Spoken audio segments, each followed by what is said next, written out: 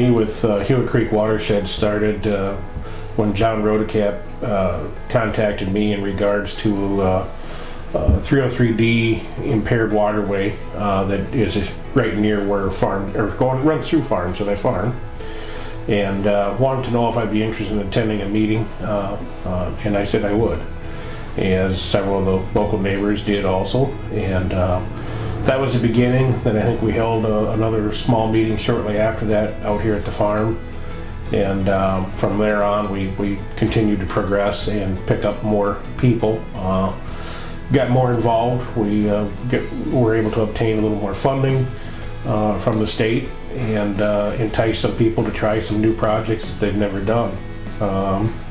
Some have tried no-till that they've never done. We had several thousand feet of waterways installed, headlands, buffers along streams. There's been several of those projects. From there, it has evolved into the stock nitrate sampling, the spring nitrate sampling, and tying everything together to dial our nitrogen uses in down to where we need them to be and not be using more than we have to. The guys with manure are taking credit for the manure. They're getting it sampled and understanding the total amount they're putting out there. And again, it just keeps evolving, and it got a little deeper every year we're into it. The last few years here, we're able to get in with the Mississippi River Initiative and get some funding through them, which allowed some larger projects to happen for certain farms. Manure storage is a big thing, so it can be properly applied at the right timing.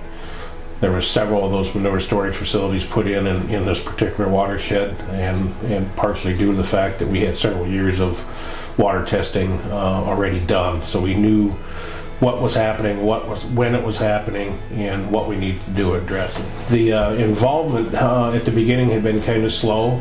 It's one of those things that they're always concerned of why or what's happening, and as it evolved, people start talking to neighbors, and neighbors talk to neighbors, and they were trying different things. A neighbor may ask why you were doing it, and you explained why, and a few years later you saw those involved. So started out with probably half a dozen to 12 cooperators that were really talking, and I believe at the last year, at the end of the year, I think we were up in that between 50 and 75 cooperators involved. So it worked very well, and it isn't something that happened overnight. It was a progressive thing, and a lot of it had to do with just communicating with neighbors. It had not been done before.